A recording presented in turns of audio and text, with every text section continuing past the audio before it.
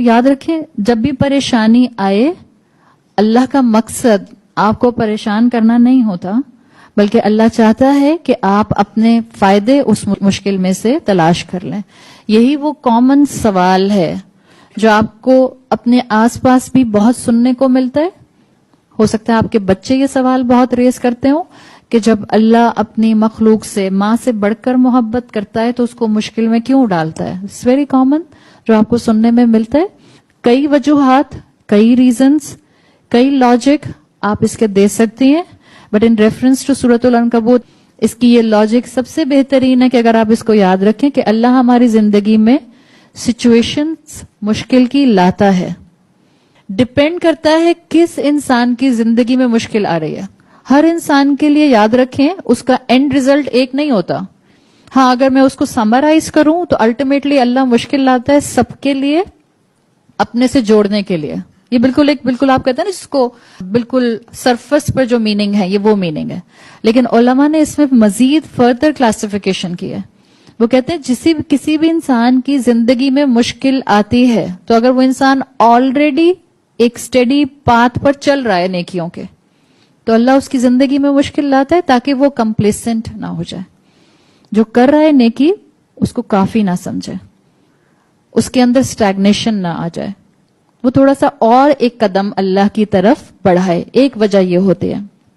نیک انسان پر کیوں آتی ہے مشکل؟ آپ اپنے بچے کو جواب دے سکتی ہیں تاکہ وہ اطاعت میں ایک قدم اور آگے بڑھائے.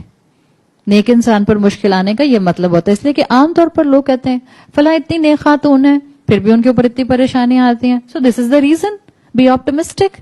اللہ ان کو اپنے سے اور جوڑنا چاہ رہا ہے کہ ایک انسان جو آلریڈی صراط مستقیم پر ہے اب وہ نیکسٹ گیئر لگائے اطاعت کا، ایک اور گیئر لگائے نیکیوں میں آگے بڑھنے کا. ایک ریزن یہ ہوتی ہے انسان احسان اڈاپٹ کرے. یہ اس انسان کے لیے اسٹریٹجی ہے جو آلریڈی نیک ہے. دوسری کیٹیگری انسانوں کی وہ ہوتی ہے جو رب سے دور ہوتے ہیں، جن کی زندگی میں رب کی کوئی خاص ویلیو نہیں ہوتی. ہاں اللہ ان سے ماں سے بڑھ کر محبت کرتا ہے، اللہ سبھی انسانوں سے کرتا ہے، لیکن اللہ انسانوں پر جو رب سے دور ہوتے ہیں ان پر مشکل ڈالتا ہے تاکہ ان کو غفلت سے نکالے، ان کو ان کی کمفرٹ زون سے نکالے. جب انسان اپنے کمفرٹ زون سے نکلتا ہے تبھی اس کو سوچنے سمجھنے کے کئی اینگل نظر آتے ہیں. بالکل جیسے ہو مووڈ مائی چیز کتاب پڑھی کسی نے؟ ہے نا، ڈاکٹر اسپینسر جانسنس کی ہے. مینجمنٹ کی کتاب ہے، آلدو اس کا اس سے کوئی تعلق نہیں ہے، بٹ مینجمنٹ رولز پر لکھی گئی. لیکن وہ بہت مزے کی کہانی اسی کے اندر آتی ہے کہ وہ جس کے اوپر بہت سے کارٹونز بعد میں بیسڈ ہوئے.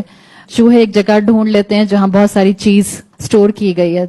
تو اب چوہے ایک دوسرے کو بتاتے ہیں کہ بھئی اس جگہ پر بہت سی چیز جو ہے وہ سٹور کی گئی ہے. تو وہ روز اس جگہ پر آ کر خوب چیز کھاتے ہیں، خوب انجوائے کرتے ہیں. ان کی ساری سوشلائزنگ اراؤنڈ چیز ہوتی رہتی ہے، بیکاز ان کا کھانا بھی وہیں پر، ان کی گیدرنگ بھی وہیں پر، ان کی سوشلائزنگ بھی وہیں پر. ایک دن آتے ہیں تو چیز غائب، یعنی کسی نے وہاں سے چیز موو کر دی. میجورٹی چوہے شور مچانا شروع کر دیتے ہیں. مطلب جیسے انسان پینک ہو کر شور مچاتا ہے نا، کیا ہے ہم سے ہی چھیننی تھی چیز، یہ والا اندر. ہم بولتے ہیں نا، چوہے تو ایسا نہیں بولتے، پتہ نہیں کیسے بولتے ہیں. بہرحال میجورٹی چوہے سمجھتے ہیں کہ یہ بہت انفیئر ہوا ہے. دیکھو جیسے ہم لوگ پریشانی آنے پر یا کمفرٹ زون چھوٹنے پر کمپلیننگ ہو جاتے ہیں. بہت کم چوہے تھے جنہوں نے تصویر کے دوسرے رخ کے مطابق عمل کیا.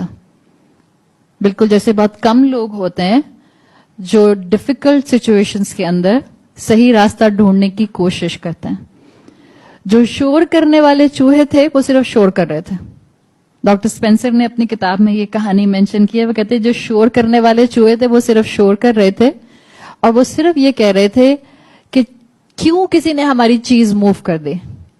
اور جو کم چوہے تھے جو دوسرا رخ دیکھ رہے تھے ان کا کہنا کیا تھا؟ ڈاکٹر اسپینسر لکھتے ہیں changes happen they keep moving the cheese. Doctor Spencer مسلمان نہیں ہیں، سو the word he is using they آپ کے اور میرے لیے وہاں پہ کیا آتا ہے؟